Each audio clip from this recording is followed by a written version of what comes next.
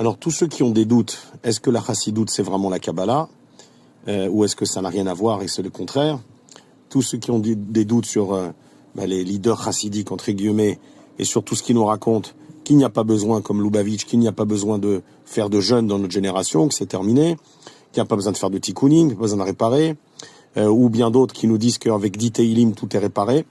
Alors, tous ceux qui ont des doutes, parce que moi, j'en ai aucun, mais je vous demande pas de me croire, je vous demande juste une chose. Voilà, il y a ceux qui comprennent l'hébreu.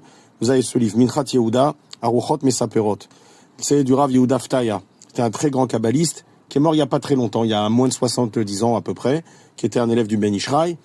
Et là, dans ce livre, je crois qu'il existe même en anglais ou en français, vous pouvez chercher, Minchat Yehuda, Aruchot Mesaperot. Les esprits racontent. Ben, je vous conseille de lire ce livre et je ne vais pas avoir besoin d'expliquer ou d'argumenter. Et vous verrez en quelques lignes, je pense, ou en quelques pages, vous allez vraiment vous faire une opinion, à savoir qui a raison. Est-ce que c'est la chassidoute qui, pour moi, c'est comme un orchestre qui joue à l'entrée des camps de concentration en faisant croire aux gens que tout va bien, qu'ils vont juste aller prendre une bonne douche et qu'on va s'occuper d'eux?